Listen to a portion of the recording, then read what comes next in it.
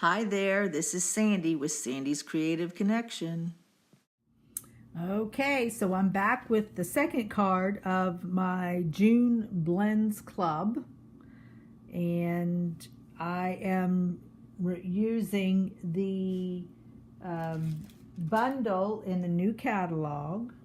I posted another video on the first card, and this is the second card. So here is the bundle I'm working on. I'm using the painted glass.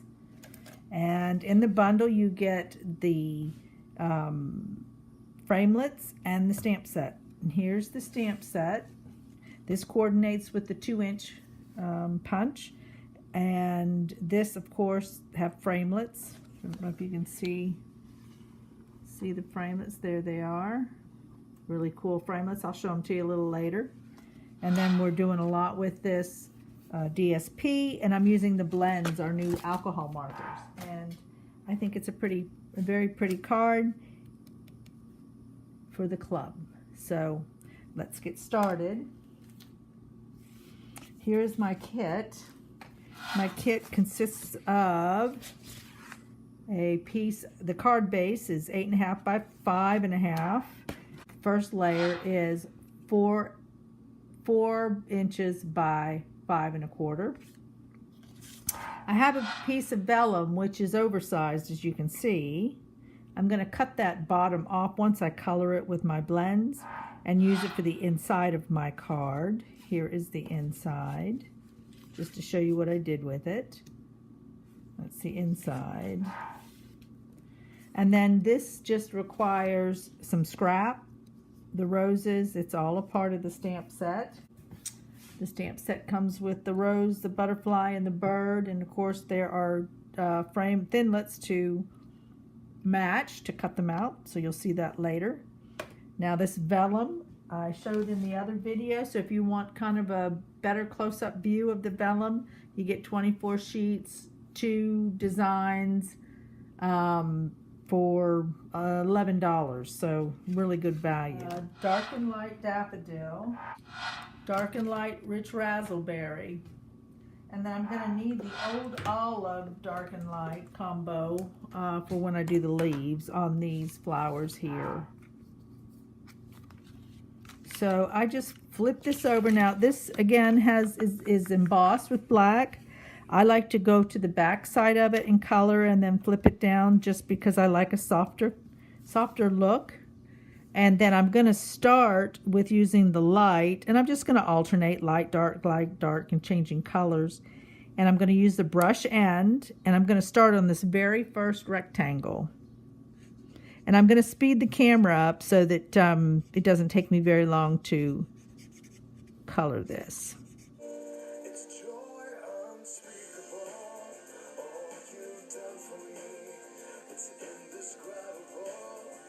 Just a taste of your glory, it's unnatural not to tell the story of all you've given me.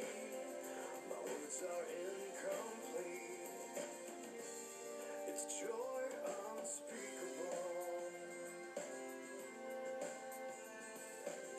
I found the pleasure I once craved. It's joy and peace within.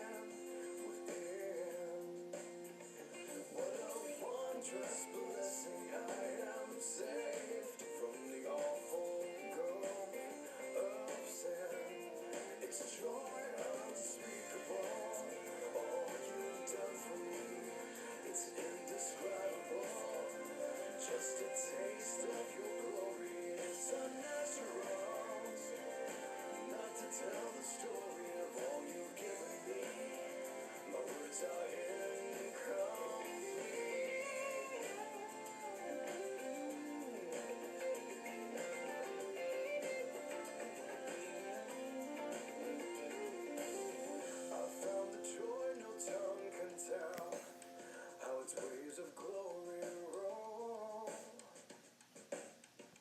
All right, so I got my coloring done, and I'm going to go and cut 1 inch off the bottom of this.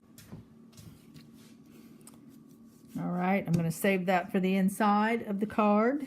And then I'm going to grab my first layer, which is the 4 by 5 1/4. All right, so then the next step is going to be to glue this down. Now, I happen to like snail for my vellum, and I happen to like the side that's more bright colors. See, if you flip it over, it's a duller color, and I showed that to you in the last card.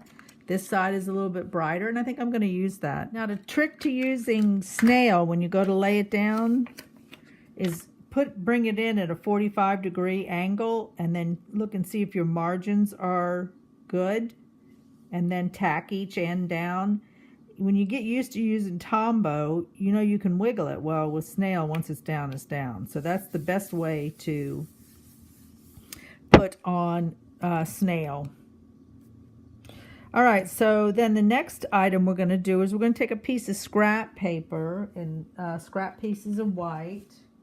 And what we want to do is we want to do 3 roses and then this centerpiece.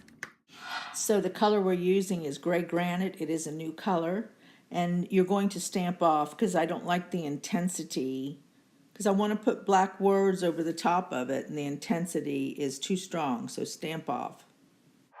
And I'm going to take a 2-inch punch, punch it out. Place the 2-inch circle in my already set up Stamparatus template. And we're now going to give it a full ink. Rub it. And remember, with the Stamparatus, you always, if it turns out light, doesn't matter, you can still go back and add more ink.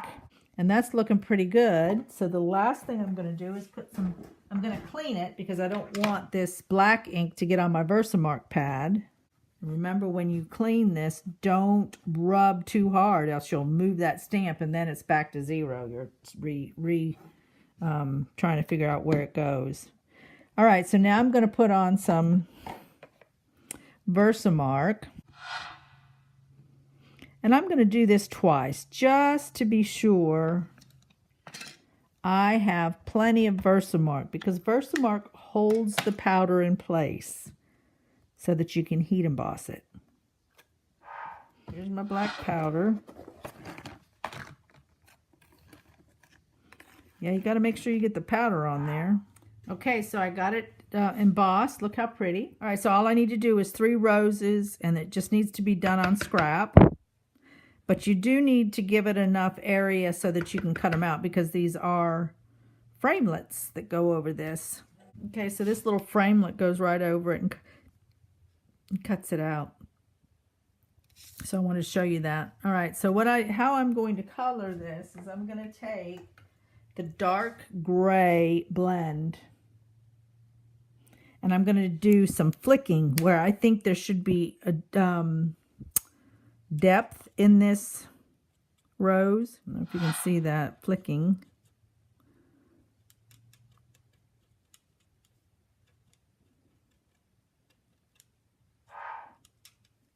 All right, and then I'm going to go in and grab the dark of the rich razzleberry.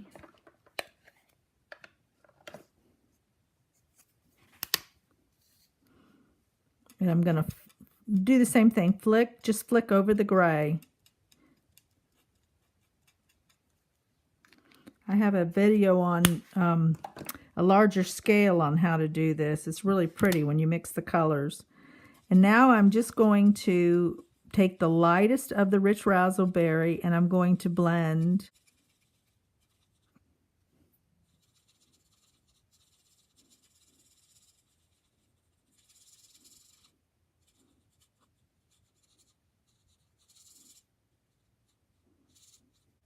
All right, so that's the first rose. Of course, let me show you.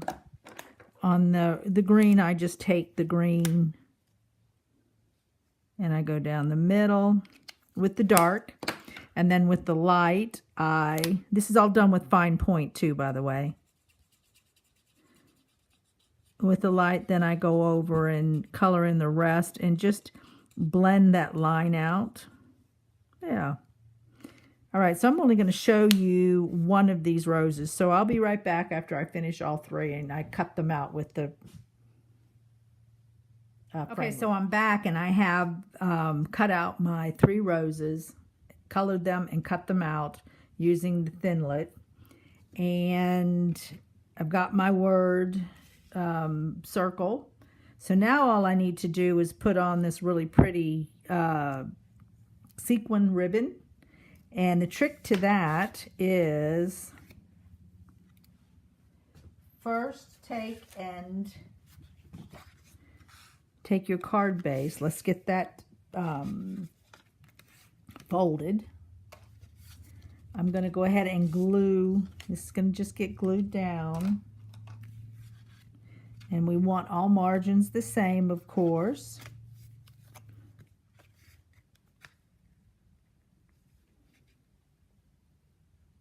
Kind of hard to see with all the yellow, but do the best you can. All right, so now that I have this placed, I'm going to take some snail, and I'm going to just right up here in this area, down 3 1-inch strips of snails, slightly overlapping them. And the purpose of that is to hold my ribbon. So I'm starting it facing to the left, running it down the snail, pushing it in, then I'm going to loop it, bring it back, loop it one more time to end up facing out to the right. So now with that being done, I can put dimensionals on the back of this.